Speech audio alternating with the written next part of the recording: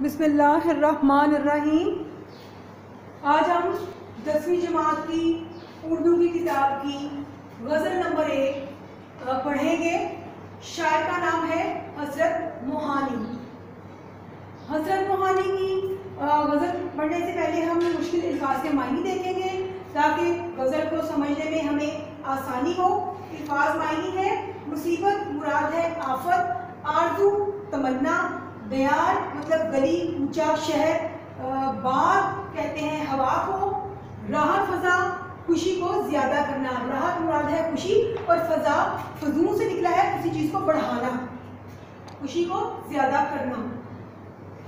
रहनुमा मुराद है रहबर, वफा है मोहब्बत, सरसर कहते हैं आंधी को, सबा सुबह की ठंडी हवा, बारगाह दरबार गुनाहगार गुनाह करने वाला, रुतबा मुकाम या मर्तबा, इंतहा इख्तिताम दरमांदा काफले से बिछड़ा हुआ, अता होना मिलना, खता मुराद है गलती, रुतबा दाने मोहब्बत मोहब्बत का बुलंद मुकाम जानने वाला, इब्तिदा मुराद है शुरू। अब हम गज़ल पढ़ेंगे हज़रत मोहानी की, लेकिन गज़ल पढ़ने से पहले हम हज़रत मोहानी के बारे में कुछ जानेंगे। हज़रत मोहानी चूँकि शायर हैं, नाम इनका फजलुल हसन है और हसरत ये तखल्लुस के तौर पर लिखते हैं। एक बात याद रखिएगा, जब भी तखल्लुस लिखते हैं तो तखल्लुस पर एक खास साइन होता है जिससे हमें पता चल जाता है कि ये तखल्लुस है।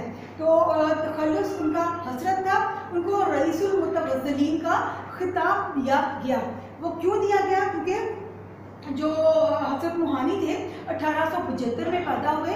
उन्होंने क्या किया कि मुख्तलिफ उस्ताज़ा का जो कलाम था ना, बहुत ज़्यादा उस्ताज़ा का कलाम लेकर उसमें से अशार को मुंतखब करके उसे 11 जिल्दों में मुरतब किया। 11 जिल्दों में उनको शाया किया और तनकीदी मज़ामीन भी लिखे। हज़रत मोहानी को तालिब इल्मी के ज़माने से ही अदब से लगाव था, शेर व शायरी से लगाव था। ना सिर्फ शेर व शायरी से बल्कि सियासी अमूर में भी वो खासी दिलचस्पी रखते थे।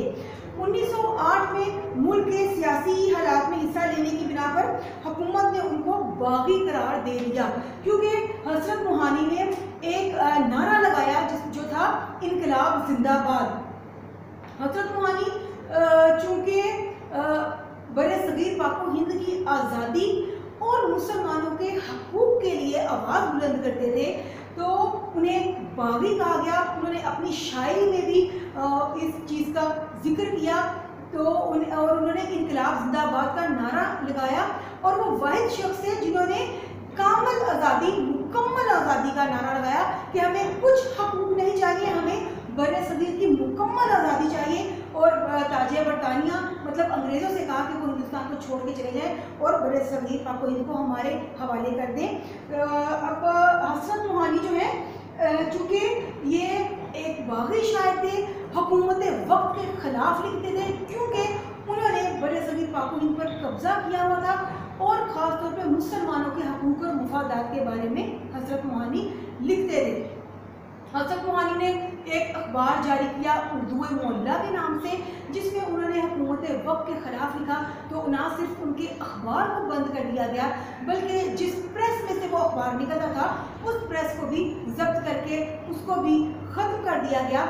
और हज़रत मोहानी का एक अज़ीमुश्शान कुतुब खाना था, उनका वो अज़ीमुश्शान कुतुब खाना जो है उसको लूट लिया गया। अमूमन 1857 की जंग आज़ादी के बाद अंग्रेज़ों ने मुसलमानों का जीना दूभर कर दिया था। जैसा कि हज़रत मोहानी के जो कुतुब खाने को लूट लिया गया, जिसमें बहुत बुलंद मयार की जो है वो किताबें थी। तो इसी तरह मुसलमानों के अहम डॉक्यूमेंट दस्तावेज़ात को और उनकी बहुत अहम किताबों को जला दिया गया, उनको ख़त्म कर दिया गया, ताकि मुसलमानों के पास अपनी तारीख़ को समझने का, अपने असलाफ के कारनामों को जानने का या उन्हें सोई हुई नींद से बेदार करने का कोई मवाद ना मिले। तो हज़रत मोहानी चूँकि एक शायर थे, और शायर और अदीब वो होते हैं जो बहुत दर्दमंद दिल रखते हैं, तो उन्हें इन सब हालात से वो आगाह थे, वो हुकूमत वक्त के खिलाफ लिखते थे, इसलिए उन्हें अक्सर जेल जाना पड़ता, और जिसकी वजह से बार बार जेल जाना पड़ता, तो उनके माली हालात बहुत ख़राब हो गए, लेकिन वो फिर भी बाहिम्मत और बाहौसला रहे, हुकूमत पर तनकीद करते रहे। और उसके बाद जब बरसगीर पाकिस्तान से बरतानवी हुकूमत ने अपना इख्तियार ख़त्म कर लिया, तो क्या हुआ कि हिंदुस्तान की कानून साज असम्बली में हज़रत रूहानी पार्लियामेंट के रुकन बने, और वहाँ पर वो क़याम पाकिस्तान के बाद हिंदुस्तान में रहे और मुसलमानों के हक़ूक़ के बारे में आवाज़ उठाते रहे। हज़रत रूहानी की हम गज़ल पढ़ेंगे, आपको इनकी गज़ल से अंदाज़ा हो जाएगा कि इनकी गज़ल में सियासी और समाजी हालात का भी जिक्र है, और जो है इश्क़ हकीकी और इश्क़ मजाजी का भी जिक्र है। तो हम पढ़ते हैं हज़रत रूहानी की गज़ल। मुसीबत भी राहत फ़ज़ा हो गई है, तेरी आरज़ू रहनुमा हो गई है। कहते हैं मुसीबत राहत फ़ज़ा होना बहुत ज़्यादा खुशी का भर जाना। कहते हैं कि मेरी मुसीबत जो है, मेरी परेशानियाँ, मेरे दुख तकालीफ जो है वो मुझे दुख और परेशानियाँ महसूस नहीं होते, बल्कि मुझे मेरी खुशी में वो बढ़ा देते हैं। इसलिए बढ़ा देते हैं कि तेरी आरज़ू रहनुमा हो गई है, क्योंकि मेरा मकसद जो है ना वो है तुम्हें हासिल करना। यह महबूब हकीकी भी है और महबूब मजाजी के बारे में भी हम कह सकते हैं, और इसको हम उनकी वतन से मोहब्बत को भी रेलिवेंट कर सकते हैं कि जब बरसगीर पाक व हिंद में उन्होंने आज़ादी की तहरीक चलाई, तो कहते हैं क्योंकि महबूब हकीकी को पाने के लिए, अल्लाह ताला की ज़ात का इरफान पाने के लिए, महबूब मजाजी को, दुनिया के महबूब को पाने के लिए भी हमें मुश्किलात का सामना करना पड़ता है। और एक महबूब इनका वतन भी है जो बरसगीर पाक की आज़ादी के लिए बोलते थे, उसके लिए आवाज़ें हक बुलंद करते थे। तो हर तीनों सूरतों में कहते हैं कि बहुत मुश्किलात परेशानियों का सामना करना पड़ता था, लेकिन वो मुसीबत और मुश्किलात परेशानियों को घबराते नहीं थे। वो उनके कदम और हौसले को पस्त नहीं करती थी, बल्कि वो उनमें खुशी भर देती थी, जो उनमें और तामीर का जज्बा पैदा कर देती थी, क्योंकि उनके जो मकसद था वो बहुत अजीम था। उनका मकसद क्या था कि उस महबूब को हासिल करना, उनका जो मकसद बहुत अजीम था, उसके हसूल करने की जो उनके अंदर जज्बा और शिद्दत था, उसमें वो जो तकलीफ़ें और मुश्किलात और परेशानियाँ आती थी, वो उनको मुसीबत, परेशानियाँ और दुख और तकालीफ महसूस नहीं होती थी, बल्कि वो उनमें खुशी को बढ़ा देती थी। क्योंकि जब उन्हें पता था कि जब वो इन तकालीफ से गुजर जाएंगे तो वो अपनी मकसद को पालेंगे, अपने महबूब को पालेंगे। वो महबूब हकीकी भी हो सकता है, महबूब मजाजी भी हो सकता है, और वतन से मोहब्बत के हवाले से भी इसको हम कह सकते हैं कि चूँकि उसको पाने की उनको ख्वाहिश थी, वो उनका मकसद था, मकसद बहुत बुलंद था, तो मुसीबतें, मुश्किलों को खुशी से दो चार कर देती थी, क्योंकि जब ये मुश्किलें ख़त्म होंगी तो वो अपने मकसद को पाने में कामयाब हो जाएंगे। चूँकि अल्लाह ताला को पाने के लिए भी, अल्लाह ताला की ज़ात का इरफान पाने के लिए भी हमें माशरे में बहुत तनकीद का सामना करना पड़ता है, क्योंकि हम माशरती रविश से हट कर चल रहे होते हैं ना, तो हमें बहुत मुश्किलात का सामना करना पड़ता है। इसी तरह से जो दुनियावी महबूब है उस तक हसूल के लिए भी हमें बहुत मुश्किलात, परेशानियाँ का सामना करना पड़ता है। और इस तरह वतन की आज़ादी के लिए उन्होंने आवाज़ें हक बुलंद की, उन्हें बार बार जेल में जाना पड़ा, लेकिन उनका मकसद बहुत अजीम था। वो उनमें खुशी का तासुर पैदा कर देता था, तामीर का जज्बा पैदा कर देता था, क्योंकि उन्हें पता था कि उनका मकसद बहुत अजीम है, इसलिए उनको मुश्किलात नहीं लगती थी। अब दूसरा शेर देखें। पहला शेर इस गज़ल का मतला है, पहला शेर है। अब हम दूसरा शेर पढ़ेंगे। ये वो रास्ता है दयारे वफा का, रास्ता है दयारे वफा कहते हैं ऐसा रास्ता जो महबूब की गली तक जाता हो, जो आपकी अकीदतमंदी का रास्ता हो।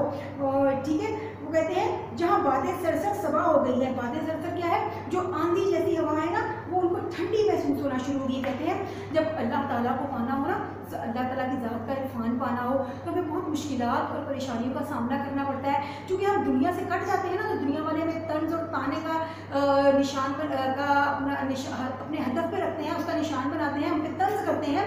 और जब हम ज़माने से हट के चलते हैं अल्लाह को पाने के लिए, तो दुनिया वाले हम पे तनकीद करते हैं। तो कहते हैं कि क्या होता है कि वो जो तनकीद है ना वो बादे सरसर है, वो जो आंधी, बादे सरसर इसलिए कहा कि जो आंधी होती है ना, बादे सरसर कहते हैं उस तेज़ तूफ़ानी हवा को जो बहुत तेज़ चलती है, और तूफ़ानी हवा क्या करती है, नुकसान करती है, उसमें इमारत गिर जाती हैं, जो घर है उनकी छतें गिर जाती हैं। तो ये एक नुकसान की अलामत है ना, मुसीबत और परेशानी की अलामत है यहाँ पर। और सबा क्या है, सबा तामीर की अलामत है, सबा ठंडी हवा की अलामत है। सबा जो है उन मुश्किलात परेशानियों को की निस्बत एक सुकून और तामीर के जज्बे की अलामत है।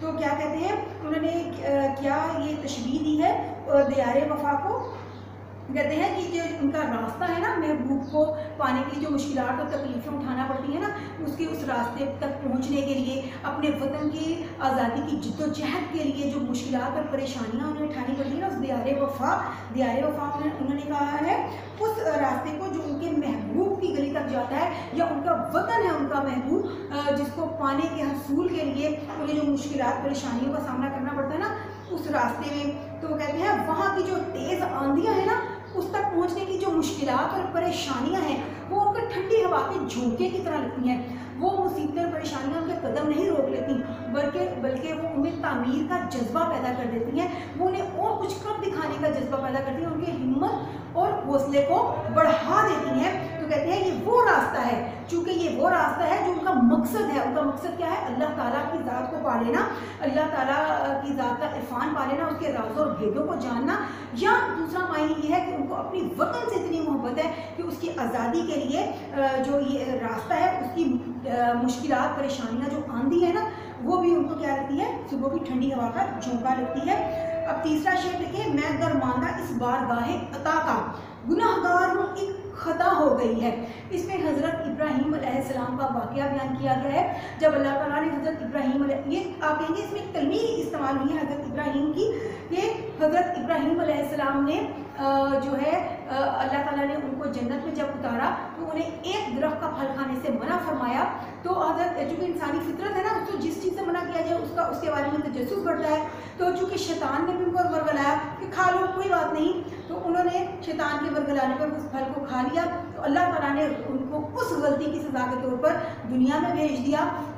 तो इस शेर में हज़रत इब्राहीम अलैहिस्सलाम, हज़रत आदम अलैहिस्सलाम के उस वाक़े का जिक्र किया गया है। तो कहते हैं मैं तो दरमांदा हूँ, मैं अपने काफ़िले से बिछड़ा हुआ हूँ, और उस अल्लाह ताला की बारगाह में से जो है मैं निकाला गया हूँ। दरमांदा से मुराद है निकाला गया हूँ, बाहर निकाल दिया गया हूँ। अल्लाह की बारगाहे अता क्या थी, जो अल्लाह ने जन्नत में अता की थी ना, इतनी खूबसूरत जन्नत जिसकी इंसान आरजू करता है, तो उस जन्नत में से मैं निकाल दिया गया हूँ।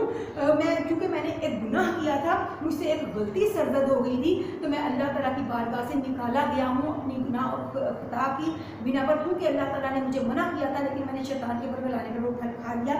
इसमें उस वाक़े का जिक्र हुआ है। आपने वो वाक़या यहाँ तशरीह में कोट करना है। अब आगे देखें चौथा शेर, तेरे रुतबा दाने मोहब्बत की हालत, तेरे शौक में क्या से क्या हो गई है। कहते हैं जिसने तेरी मोहब्बत की बुलंदी को, तेरे मुकाम को पा लिया ना, तेरे मोहब्बत के मुकाम को पा लिया, तो कहते हैं कि वो जो होता है ना वो अपनी ज़ाहिरी हालत से बेगाना हो जाता है। मतलब रुतबा दाने मोहब्बत यहाँ किसकी ज़ात का इरफान है, मोहब्बत का बुलंद मुकाम जानने वाला, ये अल्लाह ताला की मोहब्बत है। जब अल्लाह ताला की मोहब्बत का मुकाम जान लिया ना कि अल्लाह वो हस्ती जो कायनात का खालिक और मालिक है, जिसके कब्जे कुदरत में सारा कुछ है, और हमने जब आखिरत में जाना है ना तो हमने अल्लाह के यहाँ सुरखरू होना है। ये जो दुनिया में हमने जो भी अमल करने हैं वो अल्लाह की रज़ा के लिए करने हैं। तो कहते हैं कि जब उसको अल्लाह की मोहब्बत का मुकाम और रुतबा पता चल गया ना, उसको अल्लाह की ज़ात का इरफान हासिल हो गया, तो कहते हैं उससे मेरी हालत ये होगी कि मैं बादशाह से फ़कीर हो गया। मुझे अपने ज़ाहिरी हुलिये, अपने हालत का कोई एहसास नहीं रहा। मैं दुनिया को खुश करने के लिए अपने आप पर तवज्जो नहीं देता, बल्कि अब मैं अपने आप से बेगाना हो गया हूँ। मैं अब सिर्फ अल्लाह की तरफ लो लगा रही है, जिससे मैं मुझे अपने ज़ाहिरी हुलिये से मैं बेगाना हो गया हूँ, और मैं फ़कीर सा हुलिया बनाए फिरता हूँ, क्योंकि मुझे अब दुनिया को खुश करने की कोई चाह नहीं है। मैंने अल्लाह जो करना है अल्लाह की रज़ा के लिए करना है। तो क्या से मुराद है, कहते हैं कि मैंने अपनी तकलीफ के मकसद को पहचानना है, उसके लिए मुझे दुनिया की खुशनुदी हासिल करने की ज़रूरत नहीं है। तो मैं क्या था, कहते हैं मैं वो शख्स था जिसको कि हर वक्त अपनी ज़ात से जो है उसका ख्याल था, अपने रख रखाव का, अपने हुलिये का, जिसको मुझे हर वक्त ख्याल रहता था। और अब मैं इन सब चीज़ों से बेगाना हो गया, मुझे क्या से क्या हो गया। तुम्हारी मोहब्बत के बुलंद मुकाम को जानने के बाद अल्लाह ताला को कह रहा है, हकीकी महबूब के बारे में जिक्र है। तो कहता है कि पहले जो मैं अब दरवेश बन गया हूँ, फ़कीर बन गया हूँ, मुझे अपने ज़ाहिरी हुलिये की कोई परवाह नहीं रही। शौक़ तेरी मोहब्बत के शौक़ में देखो मैं क्या से क्या हो गया हूँ, बल्कि मैंने मेरी ज़ात बिलयकसन बदल गई तुम्हारी। अल्लाह ताला कहता है कि आपकी ज़ात, आपकी मोहब्बत का मुकाम जानकर, अल्लाह ताला की ज़ात का इरफान पाकर, तो कहते हैं पहुँच जाएंगे इंतहा को भी हसरत जब इस राह की इब्तिदा हो गई। कहते हैं यहाँ पर इंतहा हम मौत से भी रेलिवेंट कर सकते हैं, मौत का इस्तारा भी है इंतहा, और इब्तिदा ज़िंदगी का इस्तारा भी कह सकते हैं। पहुँच जाएंगे इंतहा को भी मोहब्बत कहते हैं कि जब अल्लाह ने हमें ज़िंदगी बख्श दी है ना अल्लाह ताला ने, तो हम ये ख़त्म हो जाएगी, फिर हम मौत तक भी पहुँच ही जाएंगे, ज़िंदगी की मुसीबतें परेशानियाँ काट कर। जो हमारी असल ज़िंदगी है ना मौत, वो हमारी इंतहा जो है, हम वहाँ उसमें दाखिल हो जाएंगे। तो इसमें शेर को दो तरह से कहा गया है। इसको हम इस हवाले से भी कह सकते हैं कि जब जो हज़रत मोहानी है उन्होंने अपने बरसगीर पाक-ओ-हिंद जो उनका वतन था उस वक्त का, उसकी जिद्दोजहद और आज़ादी के लिए इनकलाब का नारा बुलंद किया, तो उन्हें बहुत मुश्किलात और परेशानियों का सामना करना पड़ा। बार बार उन्हें जेल में जाना पड़ता था हुकूमत वक्त के खिलाफ बोलने पर। तो कहते हैं कि अभी तो इब्तिदा हुई है, अभी मुश्किलात परेशानियों का सिलसिला तो चला है, चूँकि मकसद को पाना है, तो इंशाअल्लाह उसकी कामयाबी भी, उसकी कामयाबी है, इसकी इंतहा क्या है, उस मकसद की कामयाबी है, तो उसकी कामयाबी, उसकी इंतहा को भी पहुँच जाएंगे, अपने मकसद को भी पालेंगे। अभी तो सिर्फ इब्तिदा हुई है, तो कहते हैं अभी तो शुरुआत हुई है, तो ये शुरुआत मकसद की कामयाबी तक अपनी इख्तिताम को भी पहुँच जाएंगी। और दूसरा हवाला ये है कि वो कहते हैं कि पहुँच जाएंगे इंतहा को भी हसरत जब इस राह की इब्तिदा हुई है, जब अल्लाह को पाने के लिए, अल्लाह की ज़ात का इरफान पाने के लिए, अल्लाह की ज़ात का भेद जानने के लिए, उसके राज़ों से पर्दा उठाने के लिए जब हमने इब्तिदा की है, उसको जानने के लिए कोशिश और जुस्तजू की है, तो वो जुस्तजू और कोशिश जो है वो हमें अल्लाह की ज़ात के इरफान तक पहुँचा देगी। हम अल्लाह को जान लेंगे कि अल्लाह क्या हस्ती है, उसके भेदों से हम वाकिफ़ हो जाएंगे।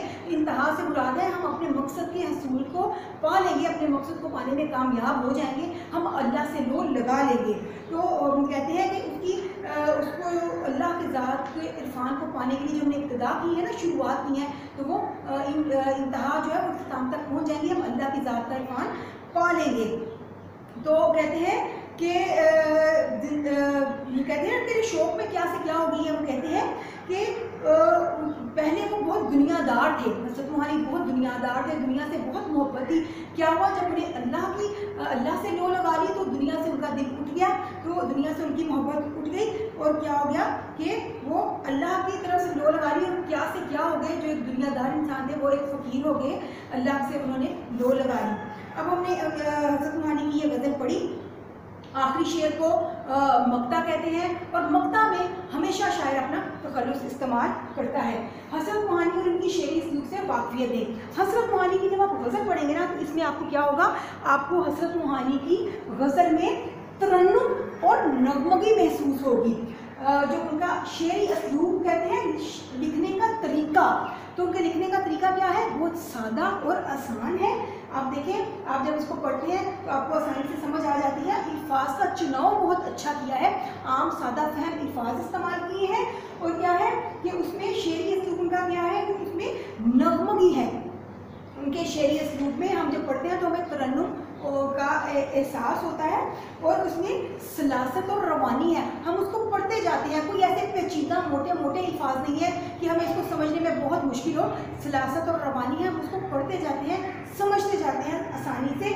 और जो हज़रत मोहानी है उनकी गज़ल, उनको रईसुल मुतवज़्ज़िलीन इसलिए कहा गया कि हज़रत मोहानी ने अपने दौर के जितने बड़े बड़े शायर थे उनके कलाम को जमा करके 10 किताबों पर मुश्तमिल एक इंतखाब जो है उसको शाया किया।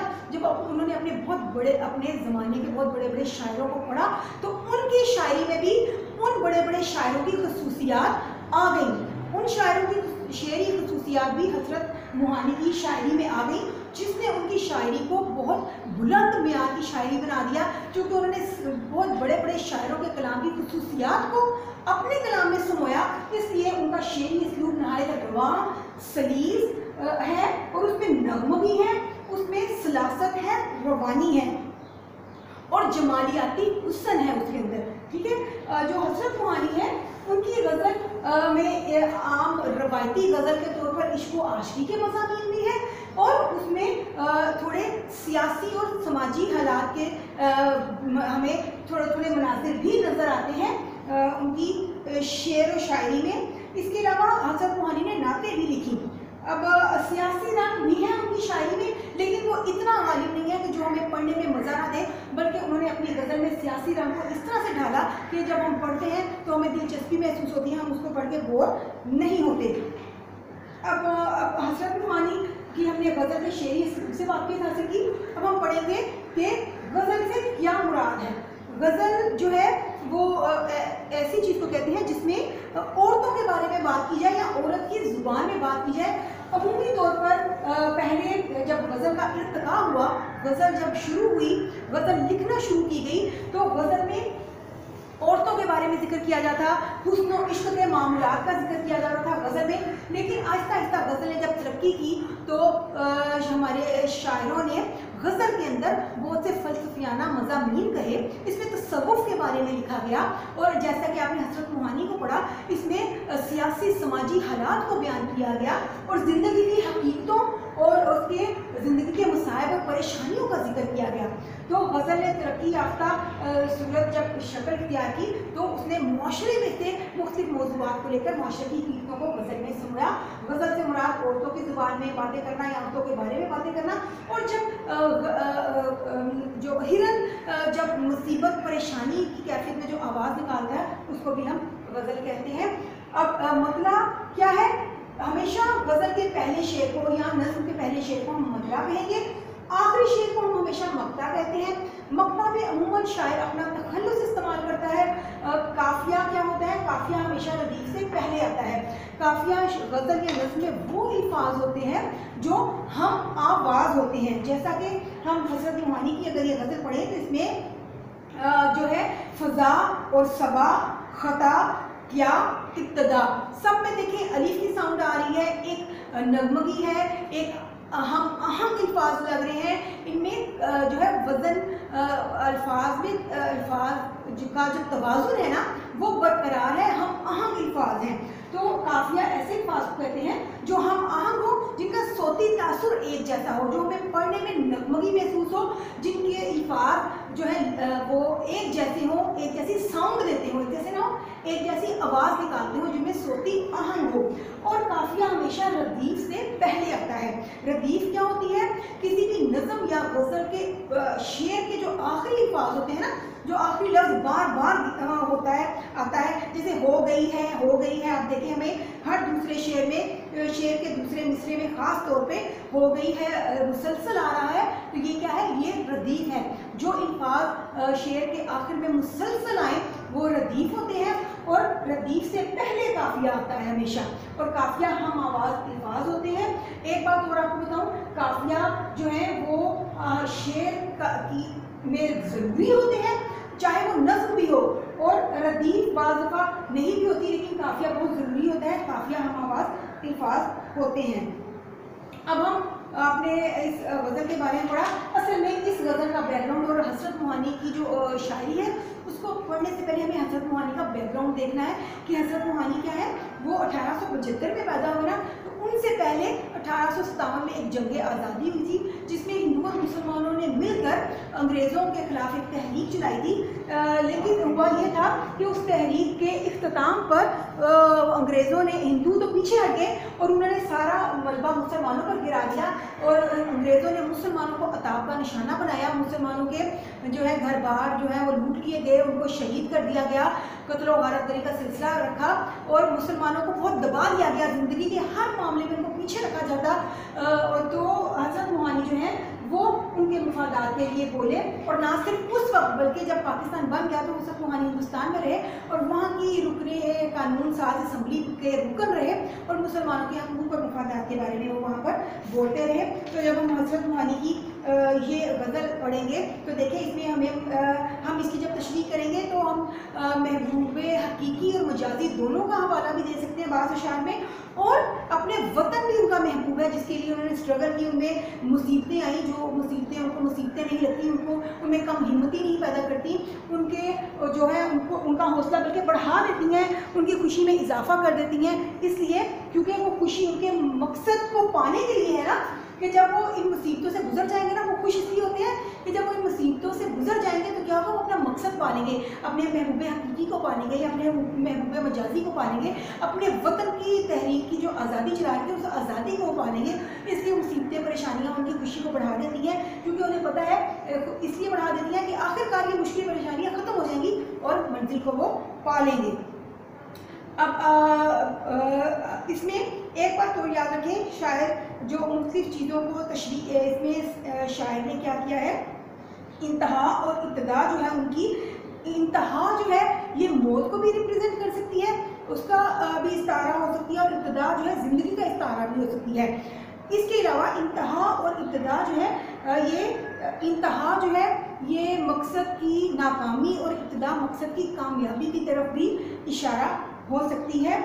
हमने हज़रत रूहानी की ये गज़ल पढ़ी, आपने इस गज़ल की तशरीह मुझसे सुन ली, मतला और मक्ता के बारे में भी हमने अच्छी तरह से जान लिया। किसी भी शायर को पढ़ने से पहले उसके उस दौर का मुताला ज़रूर करें, उस शायर के बारे में पढ़ें कि शायर ने किस दौर में ये चीज़ें लिखी। जिस दौर में शायर अपनी चीज़ को तख्लीक करता है, चाहे वो अफसाना हो, नज़्म हो, गज़ल हो या नावल हो, तो उसके अंदर जो मैसेज दिया गया होता है वो अमूमन उस दौर से रेलिवेंट होता है, जिस दौर में उसने लिखा होता है ना, उस दौर के मिजाज, किरदार और सियासी और माशरती हालात के पस मंज़र में वो चीज़ तख्लीक की गई होती है।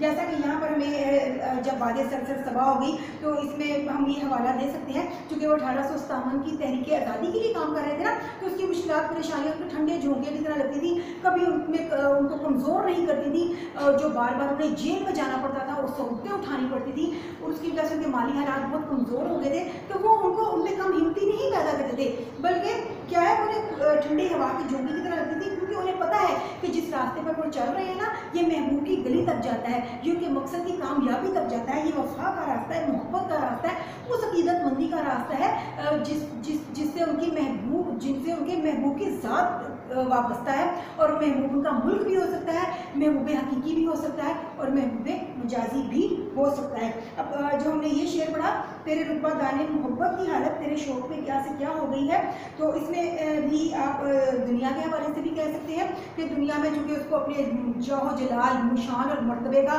बहुत जो है वो उसको ख्याल था, उससे वो आशना था उसमें, लेकिन जब उसको क्या है, उसको अपने अल्लाह की ज़ात का इरफान हासिल हुआ ना, उसके मर्तबे और मुकाम का पता चला, तो क्या हुआ, वो इन चीज़ों से बेगाना हो गया और दरवेश और फ़कीर बन गया, और सिर्फ अल्लाह की खुशनुदी के लिए उसने अपनी ज़िंदगी का मकसद बना लिया, अपनी ज़िंदगी को गुजारने का मकसद अल्लाह की खुशनुदी को बना लिया। इसके अलावा आप महबूब मजाजी से भी आप इसको मिला सकते हैं, और अपने वतन की मोहब्बत से भी, कि देखें जो हज़रत रूहानी है, जब उन्होंने तहरीक आज़ादी शुरू की तो फिर क्या हुआ, उन्होंने इतनी मुसीबतें, मुलायम मुसाइब और अलाम उठाना पड़े, तो क्या होता है कि उन्हें उनकी जो है बहुत पसमानदा ज़िंदगी होगी, क्योंकि बार बार जेल में जाना पड़ता था, तो कोई सिलसिला रोज़गार का शुरू ना कर पाए, और उनकी बड़ी कसम कुर्सी की ज़िंदगी थी, लेकिन वो बहुत बाहिम्मत रहे, इन चीज़ों से नहीं घबराए। हम इसको हकीकी इश्क और मजाजी इश्क से भी मिला सकते हैं। मजाजी इश्क में ये कहते हैं कि महबूब से उन्हें बहुत मोहब्बत थी, तो क्या हुआ, उसकी मोहब्बत में वो क्या कहते हैं कि उसके दर पे जाके उसको उसके हासिल करने के लिए वो इर्द गिर्द से बेगाना हो गए, फिर उस तक ही होकर रह गए। लेकिन हम इसको इश्क हकीकी से मिलाएंगे तो ये ज़्यादा रेलिवेंट होगा कि अल्लाह की मोहब्बत में वो दरवेश बन गए, फ़कीर बन गए। इसकी हमने तशरीह बहुत अच्छे से कर ली, बाकी हम अगला सबक बाद में करेंगे। अल्लाह हाफ़िज़।